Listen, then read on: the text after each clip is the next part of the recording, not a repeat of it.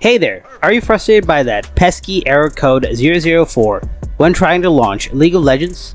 Don't worry, I've got you covered. In this video, I'll guide you step by step through the solutions to fix this quickly. So let's jump right in. Solution 1. Run League of Legends as administrator. To do this, simply right-click on the League of Legends icon on your desktop. Next, select Run as Administrator. When prompted, click on Yes to grant permission. Now check if League of Legends opens up without any issues. Solution 2. Reset your network settings. Start by opening up your computer settings. Click on Network and Internet, then select Advanced Network Settings. Click on Network Reset. Next, click on Reset Now.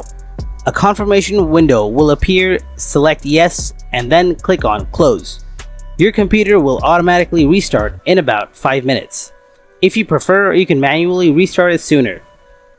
After your computer boots up again, the error should be resolved.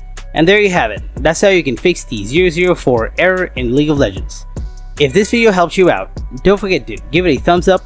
If you still have any questions, feel free to drop them in the comments below, and I'll get back to you as soon as possible. Thanks for watching and happy gaming.